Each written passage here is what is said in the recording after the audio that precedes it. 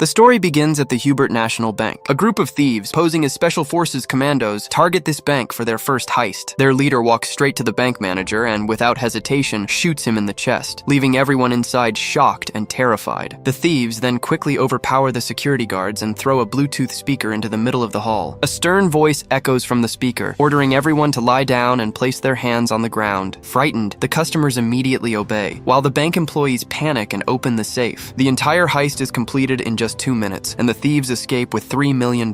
While fleeing, they leave behind a motion-activated bomb. A threatening message from the same speaker warns that if anyone stands up or calls the police, the bomb will explode within 15 minutes. As the leader exits, he looks at the CCTV camera and shoots it, destroying the evidence. If you are enjoying the content we are sharing, please do not forget to subscribe to our channel. Within moments, the thieves vanish into the city streets as if they never existed. About 25 minutes later, the FBI receives news of the robbery. The only clue left at the scene is a fingerprint found on the bomb. No other evidence is discovered, leaving Secretary Jonathan puzzled. He cannot understand why the thieves killed the bank manager after completing such a clean operation. Jonathan suspects there is a deeper secret behind the crime, so he begins searching for answers. His partner informs him that the police have already taken the bomb into custody. This angers Jonathan, who questions why the police are interfering in an FBI case. Furious, he goes directly to the police station and confronts Police Chief Brian. He demands that any evidence found be handed over immediately. Brian, clearly nervous, explains that the fingerprint belongs to a man named James, a former Special Forces soldier. 5 years earlier, James and his team kidnapped several college students and demanded ransom. When the ransom was not paid, the students were killed. Later, another army unit tracked down and eliminated all the rogue commandos. Now, only James's younger brother, Ranger, remains alive from his family. The police suspect that since James and his team are dead, Ranger may have committed the robbery and somehow planted James's fingerprint at the scene using advanced technology. Just then, Agent Wells arrives with new information. He reports that Ranger was seen in a store at the exact time of the robbery. This creates a mystery because it would be impossible for one man to be in two places at once. Hearing this, Jonathan realizes that the thieves are deliberately trying to mislead investigators. The way they are operating suggests they are not truly from the Special Forces, because trained commandos would never leave fingerprints behind. Therefore, these people are either very naive or extremely clever. While the agents are still trying to unravel this mystery, another heist takes place. This time, the thieves threaten to kill the bank manager's family and force him to open the safe. The manager, wearing an earpiece, enters the bank and, out of fear, sends everyone outside for breakfast. He then opens the safe with trembling hands. As soon as the task is completed, the thieves move toward the bank. They encounter a female employee leaving the building, who, in panic, is about to trigger the alarm. However, the manager stops her and manages to calm the situation. Once again, the thieves play the same harsh voice through the speaker, taking control of the entire bank. But this time, instead of stealing money, they take important documents from a secure vault. The most surprising part is that they arrange medical treatment for the injured guard, and even ask the same female employee to bandage him. This makes it clear that these people do not kill without reason. It also raises the question of why the bank manager was killed during the first robbery. The answer begins to emerge shortly afterward. A third manager is leaving for the office in the rain when a thief suddenly opens his car door and drags him out. He falls onto the wet road, and before he can react, a knife is driven into his neck.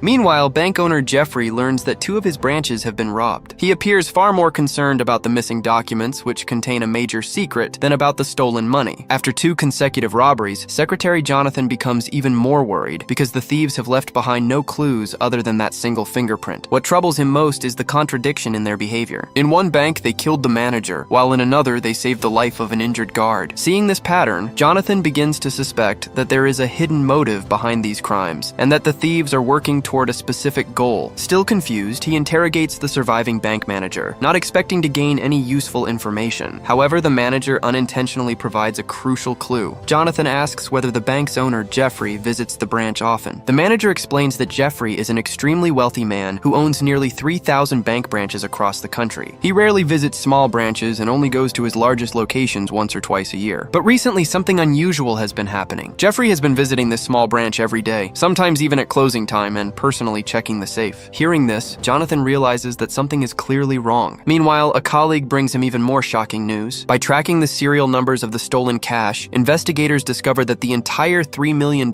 has been donated to a charity. Police Chief Brian had not shared this critical information with Jonathan, which makes him even angrier. He immediately orders Agent Wells to work with Brian and investigate the matter further. The technical department also confirms that the fingerprint on the bullet belongs to James. This troubles Jonathan the most, because he cannot understand how a man who is already dead could appear again. By now, evidence carrying James's fingerprint has been found at both crime scenes, which deepens Jonathan's confusion. He begins to believe that something hidden in the old kidnapping case is now coming to light. With this in mind, he orders one of his colleagues to keep a close watch on Jeffrey and uncover every possible detail about him. The next day, Jeffrey himself arrives at the bank manager's funeral, accompanied by the area's political leader. Jonathan finds it extremely strange that so many influential figures have attended the funeral of two small branch managers. His suspicions grow even stronger. Meanwhile, Brian is forced to investigate alongside Wells. During their investigation, they discover a crucial witness. A security guard at a jewelry shop explains that he has a habit of noting vehicle registration numbers whenever he becomes suspicious. He had also written down the number of the thief's car. When the number is checked, it turns out the car is registered in Ranger's name. Upon receiving this information, Brian immediately orders Ranger to be arrested. Meanwhile, at headquarters, Jonathan discovers a strange file that he initially assumes is part of an investigation report. However, inside he finds several photographs. These images show Jeffrey and the area leader in close association, making it clear that the file was intentionally sent by the thieves. After connecting all the clues, Jonathan decides that he must confront Jeffrey directly. The next day, he goes to the bank headquarters to meet him. During the conversation, Jonathan mentions Jeffrey's deceased younger brother, who was a victim of the old kidnapping case carried out by the same special forces group that included James. Jeffrey remains calm and refuses to respond to Jonathan's questions. But when Jonathan directly asks what was contained in the stolen documents, Jeffrey's face suddenly changes. Seeing this reaction, Jonathan realizes that Jeffrey's repeated visits to that small branch were not routine, but connected to a serious secret. Enraged, Jeffrey calls security, and Jonathan is forcibly removed from the headquarters. At that very moment, the thieves begin their third operation, this time targeting the bank's main headquarters.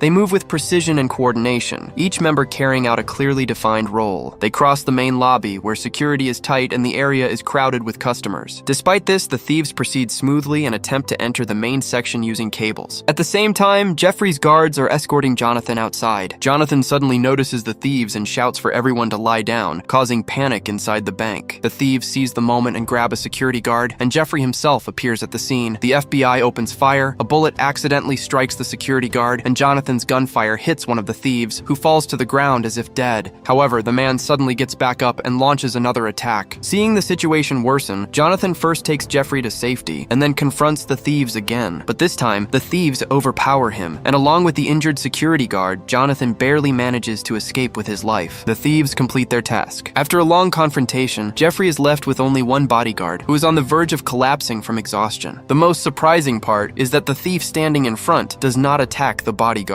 From beginning to end, their only real target has been Jeffrey. The thief asks the bodyguard to drop his weapon. However, one of his companions suddenly arrives and shoots the bodyguard in the forehead. Seeing this, the leader angrily shouts at his own man. At that very moment, Jonathan seizes the opportunity, attacks, and kills the thief who fired the shot. The leader, however, is captured alive. As the situation begins to turn, one of the remaining thieves immediately takes a female employee hostage to negotiate the release of his captured companion. Negotiations take place between both sides, and an exchange is agreed upon. Jonathan knows that if he releases the thief, his own life could be in danger. Surprisingly, the thief keeps his word and orders his companions not to fire. All the thieves quickly flee, and the FBI seals the entire crime scene. When the technical team examines the body, they discover that the fingerprints have been erased, and even the teeth have been removed to prevent identification. Meanwhile, Brian receives a call informing him that Ranger has been located. Brian and Wells rush to the scene, but inside the house, they find only Ranger's sister-in-law. She explains that after James's death, whenever Ranger visits, he leaves money for household expenses so the children can survive. Brian realizes this information may not lead anywhere useful. Soon after, he receives news that Ranger has been spotted near an old house where the other thieves may be hiding. However, Brian hides this information from Wells. The real reason is personal. Brian's wife has been battling cancer for a long time, and his limited salary makes it impossible to afford her treatment. Remembering his wife's suffering pushes Brian toward making a difficult decision. Meanwhile, the next morning, Jonathan receives an unknown file sent by the thieves. After seeing its contents, he is shaken. The file contains evidence of Jeffrey's crimes, revealing a secret he had hidden for years. It turns out that Jeffrey himself had orchestrated the earlier kidnapping plot to maintain control of his family's estate and prevent it from being divided. He bribed a military officer to fabricate documents for a fake counterterrorism operation. James and his special forces team were assigned to that very mission. Believing they were targeting real terrorists, the team carried out the raid, but later they discovered the truth. The victims were unarmed college students, including Jeffrey's Jeffrey's own younger brother. After learning this, the entire team was devastated. They realized the orders they had followed were based on lies and immediately sent a report to higher authorities. But before the truth could be revealed, another special forces unit attacked them. James's team was unprepared, and in the sudden assault, they were killed one by one. James was also believed to have died in that attack. Jeffrey's younger brother was killed, leaving Jeffrey as the sole heir to the entire estate. To hide his crime, Jeffrey paid a large sum of money to certain army officers to have James and his team declared traitors. He had already bribed 3 members of James's unit to strengthen his plan. These 3 men later turned out to be the 2 bank managers who were killed by the thieves, and the third was the same leader seen at James's funeral. On the day of the mission, these 3 men took leave under various excuses and later testified against their own comrades. After James's team was eliminated, Jeffrey absorbed these men into his network and used them to expand his influence and power. He believed his secret would remain buried forever and that he would continue living a comfortable and powerful life. However, some Special Forces soldiers had actually survived the mission. Over time, they discovered that Jeffrey had manipulated them and made them responsible for killing their own innocent brothers. This truth haunted them for years and never allowed them to live in peace. After leaving the army, the surviving soldiers reunited and decided to take revenge. Their goal was clear. Jeffrey and his associates had to be punished. Jonathan, now fully aware of the truth, suspected that Ranger had a deep connection to the entire operation. He also believed that the money Ranger had been giving to Marta might be part of the stolen cash.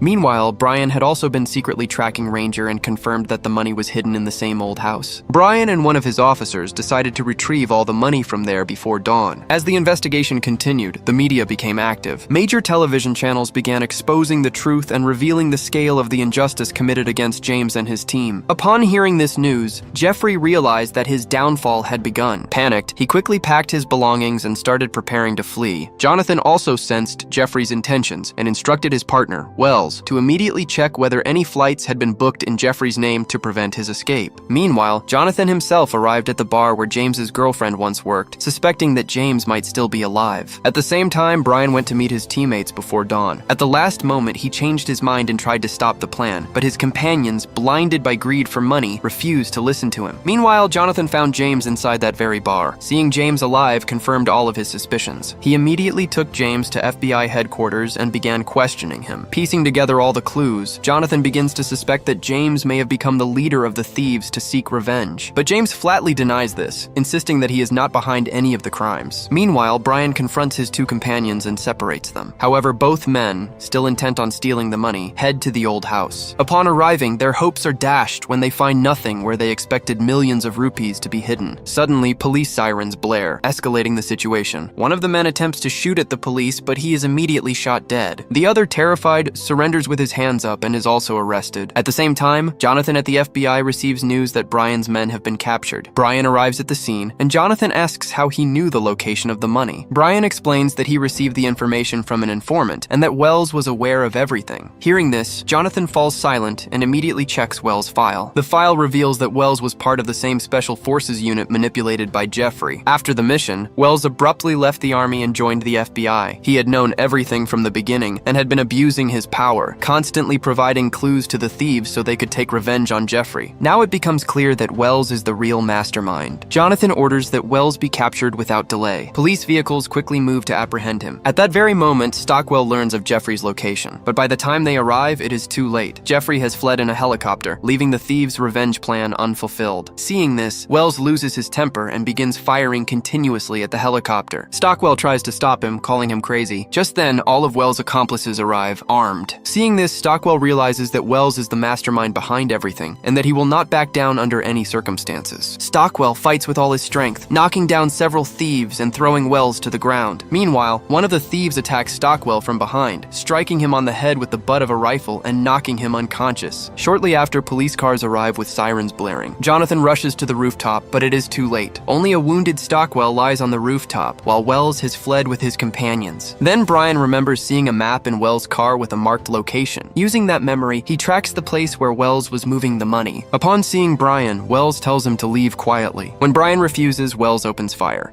However, Wells is not willing to let Brian go easily. He personally informs the police of Brian's location and sets out to find Jeffrey. Jonathan is determined not to let them escape. A few months later, they locate Jeffrey in Mexico. Jonathan is certain that Wells is there as well. He sets out alone to confront him. When they meet face to face, Jonathan's eyes reflect a mixture of pity, anger, and pain directed at Wells all at once. Wells told Jonathan that he and his comrades had been suffering inside for years. During that mission, he realized that something was terribly wrong. But a soldier is not allowed to ask questions. They simply follow orders. That is their duty. The mistake he made that day never allowed him to sleep peacefully. As the mission progressed, the fear in his heart only deepened. Finally, when only James survived and the fear in his eyes was visible, Wells became completely convinced that his suspicions were correct. They had all been manipulated by those at the top. After learning the truth, Wells and his companions staged James's death and somehow saved his life. But even alive, James had lost everything. He lost his identity, and the man who had been willing to sacrifice his life for his country was now forced to live in hiding within his own country. On the other hand, Wells and his companions lived with the burden of killing their own friends. The true culprit behind this entire tragic story was Jeffrey. That is why they decided to take revenge. Hearing this, Jonathan directly asked Wells, "What about the innocent people who were killed without reason?" Jonathan's voice echoed in Wells's ears, and upon hearing it, Wells broke down completely. He admitted that he had no intention of killing the security guard. He was simply in the wrong place at the wrong time, and they had tried their best to save him. This led to a heated debate between the two over whether or not to kill Jeffrey, and the atmosphere grew even more tense. Finally, Jonathan said that he had trusted Wells once before and was betrayed, but now he was trusting him again for the last time, and this time he did not want to regret it. Saying this, Jonathan walked straight toward Jeffrey, who showed no remorse for his actions and instead laughed arrogantly. Jeffrey, believing he was completely safe in Mexico,